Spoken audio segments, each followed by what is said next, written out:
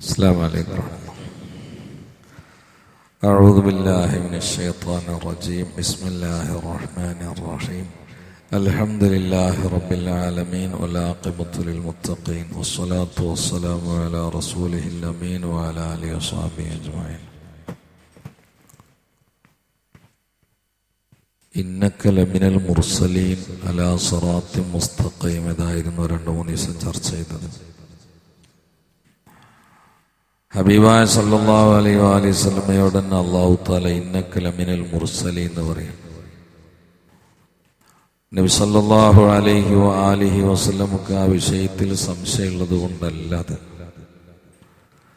തീർച്ച എന്ന അടയാളമുള്ള ഗ്രാമറിലെ എല്ലാ വാക്കുകളും ഉൾപ്പെടുത്തിക്കൊണ്ടാണ് അല്ലാഹു തആല പ്രഖ്യാപിച്ചത്. ഇന്ന, ലാമ്, ഇതൊക്കെ ഉറപ്പ് എന്ന ആ തീർച്ചയുടെ മൂർച്ച കൊടുക്കാനാണ്. ഇവിടെ നബി സല്ലല്ലാഹു അലൈഹി വസല്ലം അള്ളാഹുവിന്റെ ദൂതരാണ് എന്നതിന് എന്താ തെളിവ്? നമുക്കെന്താണ് തെളിവ്? നമ്മൾ നബി സല്ലല്ലാഹു അലൈഹി വസല്ലം കണ്ടിട്ടില്ല. അത് വലിയപ്പം അങ്ങനെ പറയണ്ട, അതുകൊണ്ട് ഞാൻ അങ്ങനെ വിശ്വസിച്ചെന്ന് പറയാൻ പറ്റുമോ? നമുക്ക് അതിലൊരു കാഴ്ചപ്പാടാണ്. കാരണം ഇന്നക ലമിനൽ മുർസലീൻ എന്നാണല്ലോ പറഞ്ഞത്. അപ്പൊ അള്ളാഹുവിന്റെ റസൂല് അത് മുഹമ്മദ് റസൂലാണ് നമുക്കെന്താ തെളിവ്? ആ കമ്മിറ്റിക്കാരൊക്കെ അങ്ങനെ പറഞ്ഞേട്ടാ, പിന്നെ ഞാനും അതിന്റെ ബാക്കി കൂടി എന്ന് പറയാൻ പറ്റും? ഒരു വിഷയത്തിന് പരമാവധി എന്താണോ തെളിവ് അതിന്റെ മാക്സിമം തെളിവുണ്ട്. ഇത്ര തെളിവുള്ളൊരു കാര്യം ദുനിയാവിൽ വേറൊന്നുമില്ല. എനിക്ക് എന്റെ വാപ്പാന്റെ ഒരു കുഞ്ഞാലി മുസ്ലിയാരാണ്, എനിക്കറിയാം. പക്ഷെ അതിനേക്കാളും എനിക്ക് ഉറപ്പാണ് മുഹമ്മദ് നബി അള്ളാഹിന്റെ റസൂലാണ്. എന്തുകൊണ്ട്? അതിനേക്കാളും വലിയ തെളിവ് മറ്റേനുണ്ട്.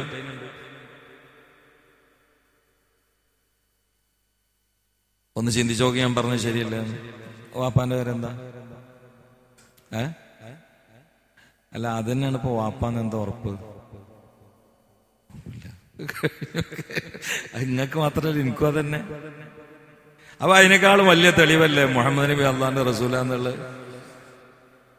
കാരണം അത് അള്ളാഹ് പറഞ്ഞു. ഒന്ന്, കുഞ്ഞാലി മുസ്ലിന്റെ വാപ്പയെന്ന് അള്ളാഹ് എന്നോട് പറഞ്ഞിട്ടില്ല. മുഹമ്മദ് നബി ഹബീബ നബി സല്ലല്ലാഹു അള്ളാഹിന്റെ റസൂൽ എന്ന് പറഞ്ഞാൽ അള്ളാഹ് പറഞ്ഞു. ഒന്ന്. 40 കൊല്ലം കളവ് പറയാത്ത മുത്തനബിയും പറഞ്ഞു. 2. 3. ഇങ്ങനെ ഒരു അനുഭവം ഉണ്ടായാൽ അത് ജിന്നിന്റെ ഭാഗത്തുനിന്ന് വന്നാണോ ശൈത്താന്റെ ഭാഗത്തുനിന്ന് വന്നാണോ അല്ല ഒരു മലക്കിന്റെ ഭാഗത്തുനിന്ന് വന്നാണോ എന്ന് അന്ന് പറയാൻ കഴിയുന്ന ഏറ്റവും വലിയ പണ്ഡിതനായിരുന്നു വറഖത്ത് ബിൻ നൗഫൽ. അന്ന് ഇത് പറയാൻ ഭൂമിയിലുള്ള ഏറ്റവും വലിയ പണ്ഡിതനാണ്. മലമുകളിൽ നിന്ന് ഇക്രയിന്റെ വിളിയാളം കേട്ടപ്പോ ഒരാളെ അഭിനയിക്കുകയാണെങ്കിൽ പനി വരൂല, പനിയും വന്നു. ഇപ്പൊ ചില ആളുകൾ പറഞ്ഞാൽ അഭിനയിച്ച എങ്ങനെ പനി വരിക? അഭിനയിച്ചിട്ട് പനി ഉണ്ടാക്കാൻ പറ്റുമോ? അഭിനയിച്ചിട്ട് വേറെ ഉണ്ടാക്കാം. ഞാൻ മുമ്പ് നീന്ന മാലില് ഒരാള് അയാളെ മോനിന്റെ അടുത്ത് കൊടുത്തിട്ട് പറഞ്ഞു, ഉസ്താദെ എന്താന്നറിയില്ല, ഭയങ്കര പ്രശ്നമാണ്, ശൈത്താൻ കയറിയതാണെന്നാണ് പറഞ്ഞ് 2-3 സ്ഥലത്ത് കൊണ്ടുപോയിട്ട് കോഴിമുട്ടൊക്കെ ഊറ്റി അടുപ്പിലിട്ടൊക്കെ കോഴിമുട്ട പൊട്ടി പോകുന്നല്ലാതെ പിന്നെ മാറി കിട്ടുന്നില്ല. ഷരീഫ് ഫസറിക്കൊക്കെ അറിയാതെ. അപ്പൊ ഞാൻ പറഞ്ഞു, നിങ്ങൾ ഓനൊന്നും കൊണ്ട് കൊണ്ടിരുന്നത്, എനിക്ക് തത്സമയത്തിന് പണിയൊന്നും ചേട്ടോ, അതിനാരും കൊണ്ട് കയറി വരണ്ട, എനിക്ക് അങ്ങനത്തെ പരിപാടിയൊന്നുമില്ല, അങ്ങനത്തെ പരിപാടി എനിക്ക് താല്പര്യമില്ല, എനിക്കതൊട്ടില്ലേന്നു. അപ്പൊ ഞാൻ പറഞ്ഞു, ഓനൊന്നും കൊണ്ടിരുന്ന അറിഞ്ഞു. അപ്പൊ ഇങ്ങനെ വരച്ചിട്ടുള്ള ഇങ്ങനെ വരച്ചിങ്ങാണ്ട് കുട്ടി. അപ്പൊ ഞാൻ പറഞ്ഞു, നിങ്ങൾ പോയി എന്നറിഞ്ഞു. ഇവിടെ പറഞ്ഞു. അപ്പൊ ഓനെ SLC പരീക്ഷ നടക്കുകയാണ്. അപ്പൊ ഇനി വേറെ തുടങ്ങിയ അന്ന് ഇവന് മാത്സ് ആണ് പരീക്ഷക്കുള്ളത്. അത് ഇവന് തീരെ കിട്ടൂല. അപ്പൊ അതിൽ ഇവൻ തോൽക്കുന്നു, ഇവൻ ഉറപ്പാ. തോറ്റ എന്ത് പറയണം? അന്ന് എനിക്ക് സോക്കടാന്ന് പറയണം. അതിനിപ്പോ അഭിനയിക്കാണ്. ഇത് സത്യത്തിൽ എനിക്ക് വേഗം മനസ്സിലായി. ഞാൻ കോണിക്കൂട്ട് കണ്ടെടുത്തിട്ട് ഇത് ഈ അഭിനയിക്കല്ല, സത്യം പറഞ്ഞു. ഉസ്താദിനെ എങ്ങനെ മനസ്സിലായി എന്ന് വെച്ച്. അതന്നെ, അഭിനയിക്കാൻ പറ്റും. പക്ഷെ അഭിനയിച്ചിട്ട് പനി ഉണ്ടാക്കാൻ പറ്റൂലല്ലോ. അഭിനയിച്ചങ്ങനെ പനി വരിക? അപ്പൊ അത് അഭിനയല്ല. മലമുകളിൽ നിന്ന് മലക്കിനെ കണ്ടിട്ട് ഉത്തരവാദിത്വം പേടിച്ചിട്ടും മലക്കിനെ കണ്ടിട്ടൊക്കെ കൂടി പേടിച്ച് പനിയൊന്നു തന്നെയാണ്. എന്നിട്ട് താഴെ ഇറങ്ങുകയാണ്. എന്നിട്ട് ഞാൻ റസൂലാണെന്ന് മുത്തനബി അല്ല ആദ്യം പറയണേ. എന്തൊരു എന്തൊരു മനഃശാസ്ത്രപരമായിട്ടാണ് ഈ കാര്യമൊക്കെ തുടങ്ങിയത്. പിന്നെ ഒന്നും പറയണില്ല. അപ്പൊ ഖദീജയെ പിടിച്ചുകൊണ്ടാണ് വറഖത്ത് ബിൻ നൗഫലിന്റെ അടുത്തേക്ക്. വറഖത്ത് ബിൻ നൗഫല് വേദജ്ഞാനിയാണ്, ഇതൊക്കെ പറയാൻ അന്നത്തെ ഏറ്റവും വലിയ പണ്ഡിതനാണ്, സത്യസന്ധനാണ്. വറഖത്ത് ബിൻ നൗഫൽ എല്ലാം പരിശോധിച്ചിട്ട് പറഞ്ഞു, ഇത് പേടിക്കണ്ട, ഇത് ജിന്നും ചെയ്ത്താനും കുട്ടിച്ചാത്തനും അല്ലെങ്കിൽ ജയക്കുട്ടിപ്പാപ്പിയൊന്നുമല്ല, ഇത് മുൻകഴിഞ്ഞ അമ്പിയാക്കൾക്ക് വന്ന നാമൂസാണ്, അതേ മുഖറബുൽ അംലാക്ക് മലക്ക് ജിബിരിയിലാണ് എന്ന് പറഞ്ഞു. ഇതിനേക്കാളും വലിയ തെളിവെന്താ ഉള്ളത്? ക്രിസ്ത്യാനികൾ പറയുന്നുണ്ട് ഭാര്യ കുടുംബം നബിയാക്കിയ ആളാണെന്ന്. ഭാര്യ ഒരു നബിയാണ് എന്നതിന് എന്തൊക്കെ തെളിവാണോ അത് ഫുള്ളുള്ള ആളാണ്, അതിന്റെ മേലുള്ള ആളാണ് മുഹമ്മദ് റസൂലുള്ളാഹി. മാത്രല്ല ഇങ്ങനെ ഒരാളെ അന്ന് ലോകം കാത്തിരിക്കാണ്, പേരിട്ടിട്ട് കാത്തിരിക്കുകയാണ്. ഇപ്പൊ കുറെ കള്ളപ്രവാചകന്മാർ രംഗത്തുണ്ടല്ലോ. ഈ കള്ളപ്രവാചകന്മാരിൽ ആരെങ്കിലും ഒരാളെ നേരത്തെ കാത്തിരിക്കണവരുണ്ടോ? മീർജാങ്കുല ഖാദിയാനി, ഇങ്ങനെ ഒരാള് ലാസ്റ്റ് നബിയായിട്ട് വരുന്നുണ്ട് എന്ന് പറഞ്ഞിട്ട് ലോകത്ത് എവിടെങ്കിലും ഒരു വിഭാഗം ഇയാളെ കാത്തിരുന്നോ? ആള് വന്നുകാണാണ് പറയല്ലേ ഞാൻ നബിയാണെന്ന്. മിഞ്ഞാന്ന് ഒരാള് നാദാപുരത്ത് എനിക്ക് വിളിക്കുന്നുണ്ട്. മിഞ്ഞാന്ന് ആളെ നമ്പറെ ഞാൻ നോട്ട് ചെയ്ത് ഞാൻ ഇന്ന ആളാണ്, ഞാനാണ് മഹദി ഇമാം, അതുകൊണ്ട് നിങ്ങളൊപ്പം നിൽക്കണം എന്ന് പറഞ്ഞു എന്നോട്. അപ്പൊ ചോദിച്ചു നമ്മൾ തമ്മിൽ എവിടെന്നാ കണ്ടിക്കണോ ചോദിച്ചു. ഞാന് നിങ്ങളെ പലയിടത്തും കണ്ടിക്കണം, ഞാൻ ഒരു സുബീക്ക് ഇവിടെയും പങ്കെടുത്തിക്കണായിരുന്നു. ആദ്യം എന്നിട്ട് അപ്പ പറയാൻ എന്നിട്ട് അല്ല അപ്പൊ പറയാൻ നമുക്ക് എന്തെങ്കിലുമൊക്കെ സ്വീകരണം കൊടുക്കാതിരുന്നു.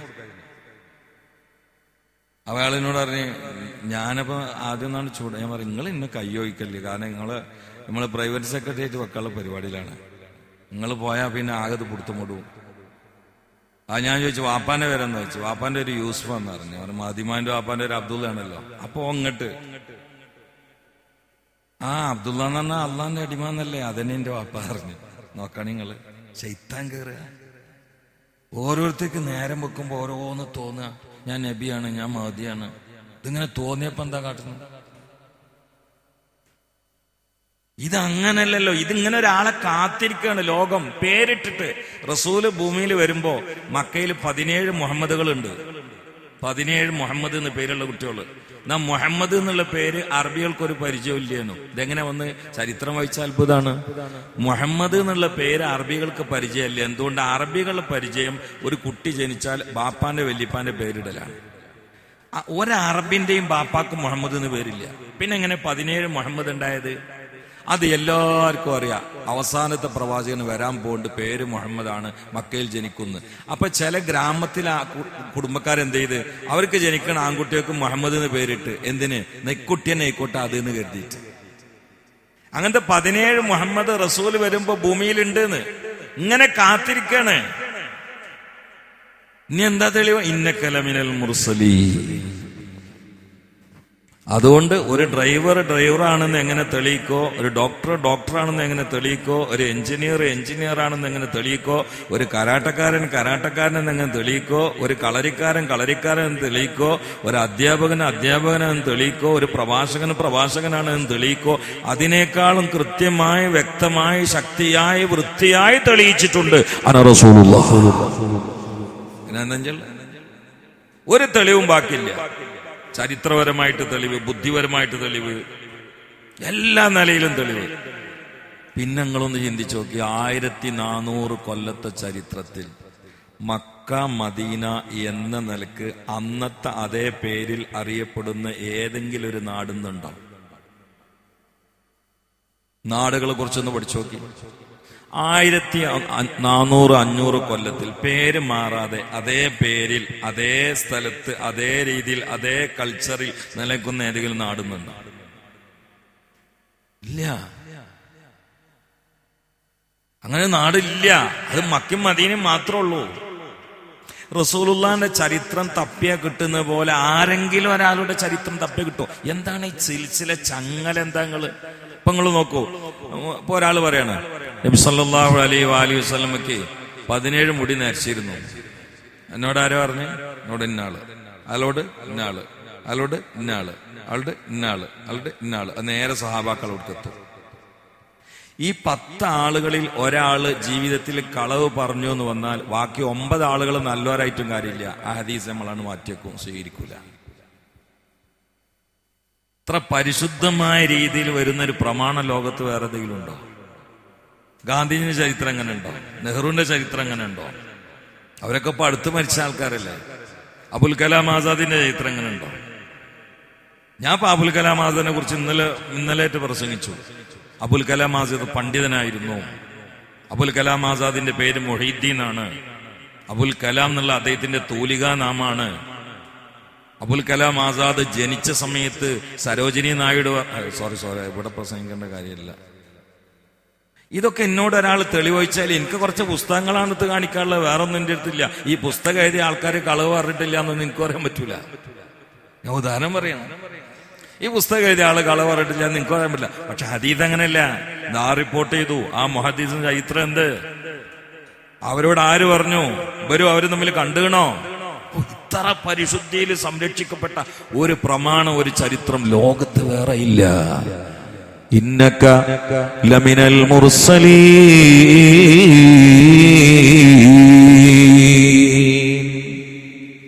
ഒരു സംശയത്തിന് സ്പേസ് ഇല്ലാതെ പൂർണ്ണ സമാധാനത്തോടെ നെഞ്ചിലേക്ക് അടക്കി പിടിക്കേണ്ട നാമമാണ് മുഹമ്മദുർ റസൂലുള്ളാഹ്.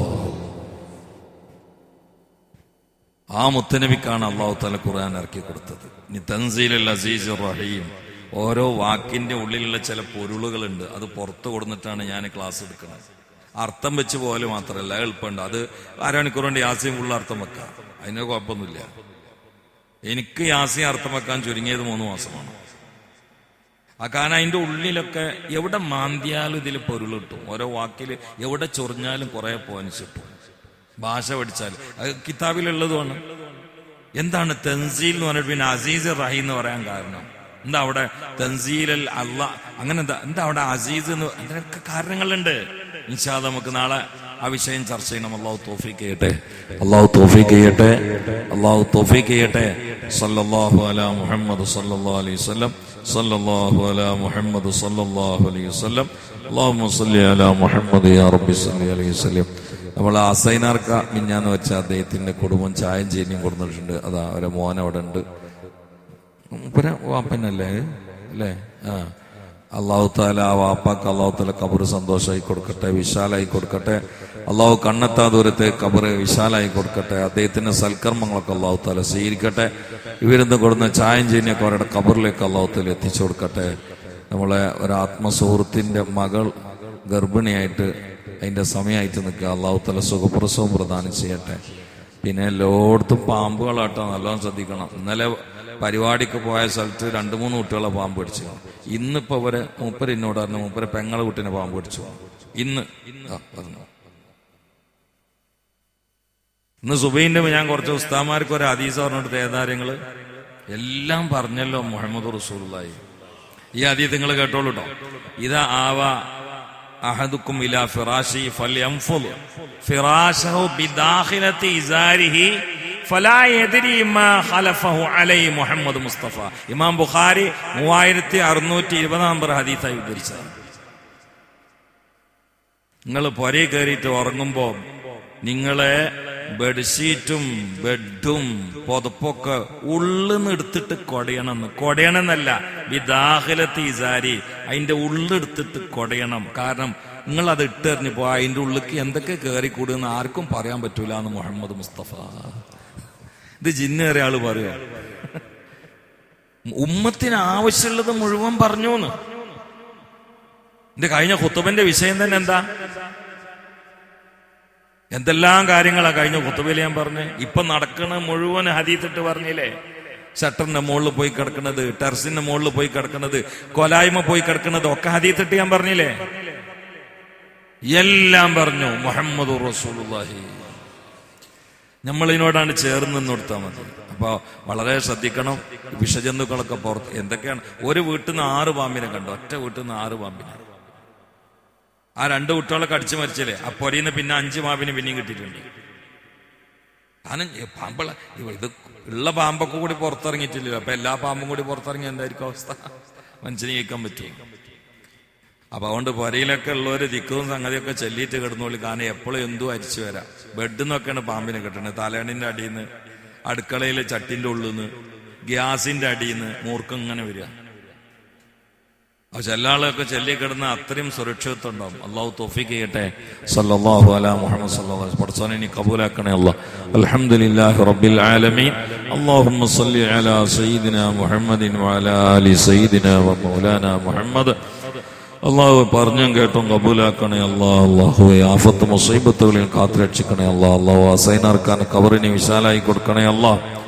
ബഹുമാനപ്പെട്ട മാമുട്ടിയാക്ക് അദ്ദേഹത്തിന്റെ സുഹൃത്ത് ഫൈലിന്റെ വാപ്പ ഹോസ്പിറ്റലാന്ന് പറഞ്ഞു, നീ സലാമത്തായി കൊടുക്കണേ അല്ലാഹ്. അള്ളാഹു ഞങ്ങൾ ആഫത്ത് മുസീബത്തിൽ നിന്ന് കാക്കണേ അല്ലാഹ്. കച്ചവടക്കാരുണ്ട്, കൂലിപ്പണിക്കാരുണ്ട്, പ്രവാസികളുണ്ട്, ഡ്രൈവർമാരുണ്ട്, അതുപോലെ തന്നെ കടകളിൽ ജോലി ചെയ്യുന്ന ബിസിനസ് നടത്തുന്ന ആള് എല്ലാവർക്കും നീ ഖൈറും ബർക്കത്തും നൽകണേ അല്ലാഹ്. ആഫത്ത് മുസീബത്തും കാത്തുരക്ഷിക്കണേ അല്ലാഹ്. ഞങ്ങളെ കടത്തിൽ കുടുക്കി നീ തളർത്തല്ല അല്ലാഹ്. കടങ്ങൾ വീട്ടാനുള്ള വാതിലുകൾ തുറന്നു തരണേ അല്ലാഹ്. മക്ക മദീനകളിൽ എത്തിക്കണേ അല്ലാഹ്. അതിന്റെ തടസ്സങ്ങളിൽ നിന്ന് കാത്തുരക്ഷിക്കണേ അല്ലാഹ്. അല്ലാഹുമ്മ അൻസുർ ഉമ്മത്ത സയ്യിദിനാ മുഹമ്മദ് വറഹം ഉമ്മത്ത സയ്യിദിനാ മുഹമ്മദ് തജാവസ് അൻ ഉമ്മത്തി സയ്യിദിനാ മുഹമ്മദ് اجعلنا من خيار أمته ومن محبيه ربنا تقبل منا إنك أنت السميع العليم تب علينا إنك أنت التواب الرحيم آمين برحمتك يا أرحم الراحمين.